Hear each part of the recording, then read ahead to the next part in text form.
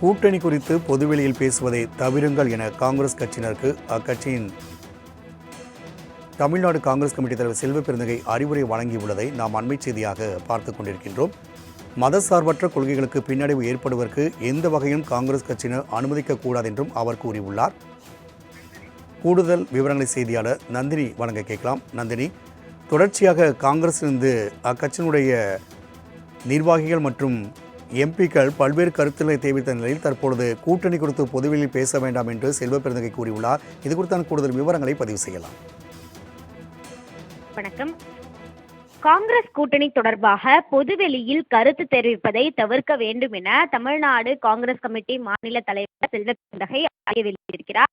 இது குறித்து தெரிவித்துள்ள அவர், சமீப காலமாக தமிழ்நாட்டில் காலூன்ற முடியாத பாஜகவை சாமபேத தாண்டங்களை பயன்படுத்தி கூட்டணி அமைப்பதற்கு பல்வேறு முயற்சிகளை உள்துறை அமைச்சர் அமித்ஷா மேற்கொண்டு வருவதாகவும், அந்த கூட்டணியில் சேர விரும்பாதவர்களை வருமான வரித்துறை, மத்திய புலனாய்வுத்துறை, அமலாக்கத்துறை ஆகியவற்றை பயன்படுத்தி அச்சுறுத்தி கூட்டணியில் சேர நிர்பந்தம் செய்யப்படுவதாகவும் தெரிவிக்கப்பட்டிருக்கிறது. இந்த நிலையில்தான் அதிமுக பாஜக கூட்டணி தான் அதிமுகவை பயன்படுத்தி வகுப்புவாத பாஜக தமிழ்நாட்டில் காலூன்ற கடுமையான முயற்சிகளை மேற்கொண்டு வருவதாக செல்வ பெருந்தகை தெரிவித்திருக்கிறார்.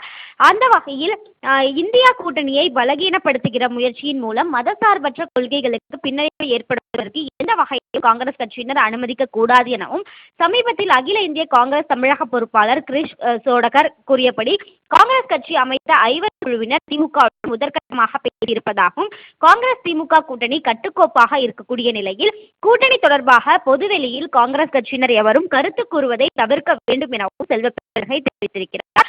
மொத்தமாக பார்த்தோம் என்றால் தமிழ்நாட்டில் புதுச்சேரி உட்பட திமுக, காங்கிரஸ் உள்ளிட்ட 40 மக்களவை உறுப்பினர்களும், மாநிலங்களவை 12 உறுப்பினர்கள் என மொத்தம் 52 நாடாளுமன்ற உறுப்பினர்கள் ராகுல் காந்தி பின்னால் நாடாளுமன்றத்தில் இந்தியா கூட்டணி சார்பாக வகுப்புவாத பாஜகவை எதிர்த்து கடுமையான போராட்டத்தை நடத்தி வருவதாகவும், தேச நலனை பாதுகாக்க வேண்டிய மிகப்பெரிய கடுமையும் பொறுப்பும் காங்கிரஸ் கட்சிக்கு இருப்பதை கொள்கை ரீதியாக சிந்தித்து செயல்பட வேண்டும் என காங்கிரஸ் கட்சியினரை கேட்டுக்கொள்வதாகவும் செல்வ பெருந்தகை தெரிவித்துள்ளது குறிப்பிடத்தக்கது. தகவலுக்கு நன்றி.